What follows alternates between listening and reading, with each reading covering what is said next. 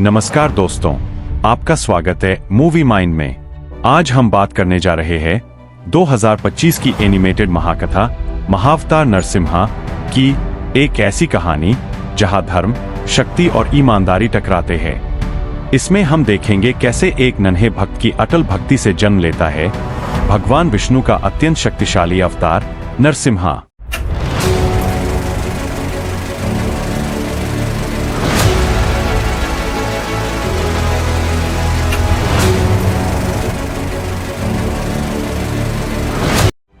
कथा प्रारंभ होती है उस समय से जब दैवीय जगत में दो दानव हिरण्याक्ष और हिरण्यकशिपु उपस्थित होते हैं। हिरण्याक्ष की मृत्यु वराह अवतार से होती है, जिससे गुस्साए हिरण्यकशिपु कठोर तपस्या करता है और देवताओं को परास्त कर तीनों लोकों पर अधिकार कर लेता है।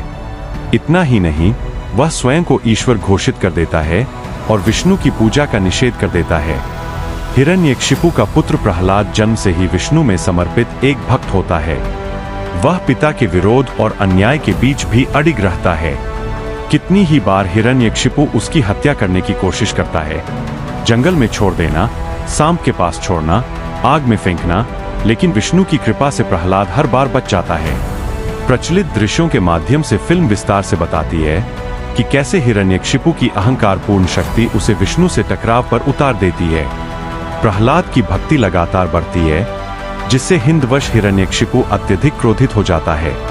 अंततः वह आध्यात्मिक बंधनों को तोड़ने और विष्णु को चुनौती देने के लिए नई योजनाएं बनाता है।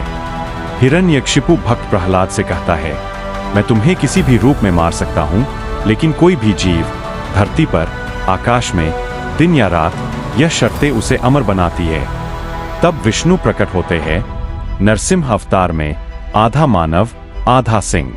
वे neither inside nor outside, neither day nor night, लोहे की दास और रक्तिम शस्त्र वैसे नियमों को चकनाचूर कर देते हैं। नरसिम्हा अत्यंत बलशाली होते हैं। हिरण्यकशिपु के महल की मुख्य द्वारहीन दीवार पर वे प्रकट होते हैं, उसे अपनी गोद में उठाते हैं, गुस्से में दांतों से मिटा डालते हैं और उसे नीम के पेड़ की शाखा पर रखकर अधिकतर नियमों का उल्लंघन करते हुए मार डालते हैं। इस दृश्य के एनिमेशन को दर्शकों और समीक्षकों ने गूज़बम्प्स फिल्ड क्लाइमैक्स बताया है। इस फिल्म की शक्ति सिर्फ विजुअल्स में नहीं है, बल्कि इसके गहरे आध्यात्मिक और नैतिक संदेश में भी है। यह बताती है कि अडिग भक्ति किसी भी अधीनता से अधिक शक्तिशाली है। अहंकार और अत्याचारी सत्ता अंततः विनाश लाती है। धर्म की विजय होती है, चाहे परिस्थिति कितनी भी विकट क्यों न हो। समीक्षकों के अनुसार यह फिल्म एक ग्रैंड विजुअल ऑडिसी के साथ सरल लेकिन प्रेरणादायक कथा प्रस्तुत करती है।